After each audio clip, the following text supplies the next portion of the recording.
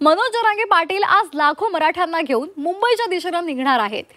त्यासाठी कालपासूनच त्यांनी मराठा बांधव अंतरवाली सराटीमध्ये यायला सुरुवात झालेली आहे। ते दाखल होऊ लागलेले आहेत। मराठा समाजाला ओबीसी प्रवर्गातून आरक्षण मिळावं, मराठा समाजाला सरसकट कुणबी प्रमाणपत्र देण्यात यावं आणि सगळे सोयरे शब्दाची अंमलबजावणी करण्यात यावी या प्रमुख मागण्यांसाठी जरांगे आज मुंबईकडे कूच करणार आहेत। तर सध्याही आपण थेट दृश्य पाहतोय।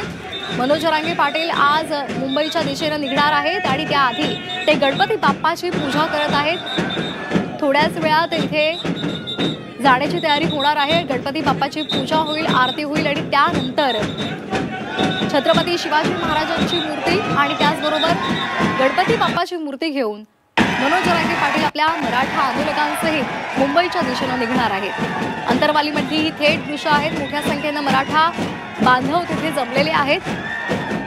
मराठा आंदोलक मनोज जरांगे पाटील यांनी गणपती बाप्पाची पूजा केलेली आहे, बाप्पाला नमन करत आहेत आणि आता थोड्याच वेळात ते तिथून मुंबईच्या दिशेने रवाना होणार आहेत।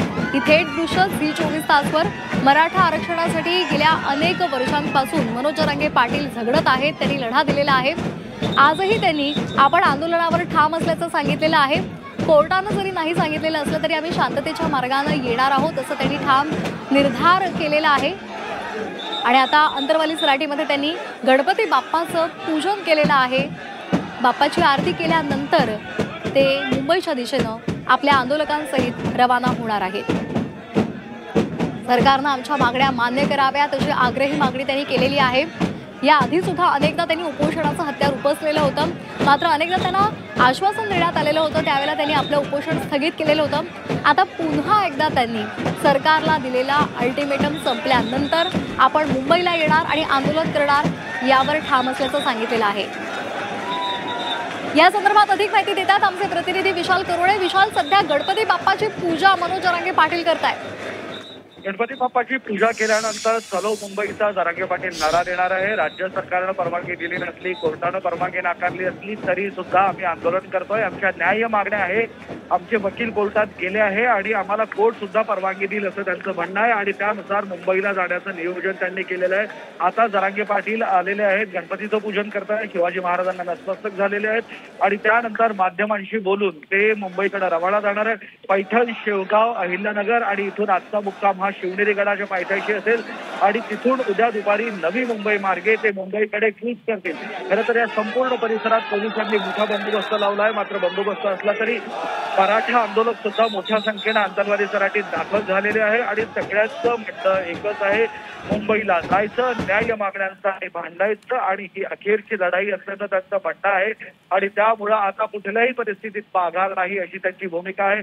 आता गावकरी व्यासपीठावर आलेले आहे आणि मनोज जरांगे यांचं औक्षण ते करतायत।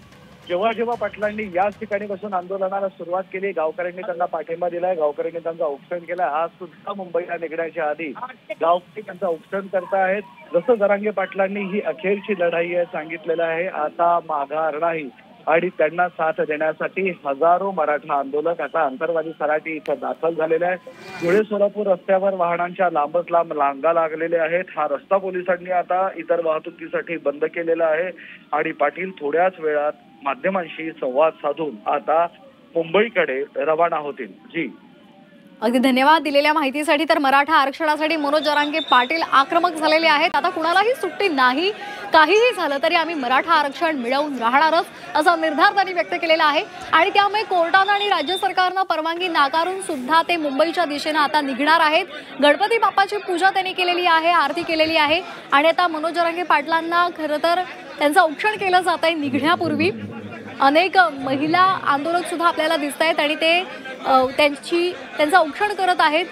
मुंबईला निघण्यापूर्वीची ही दृश्य झी 24 तासवर आपण पाहतोय आणि हे सगळं झाल्यानंतर माध्यमांशी ते पहिल्यांदा संवाद साधणार आहेत। कशा पद्धतीने ते पुढे जाणार आहेत या संपूर्ण या निर्धार जो त्यांनी केलेला आहे आंदोलनाचा, त्या संदर्भात मनोज जरांगे पाटील प्रसार माध्यमांना काय नेमकं सांगतायत हे पाहणं सुद्धा महत्त्वाचं ठरणार आहे।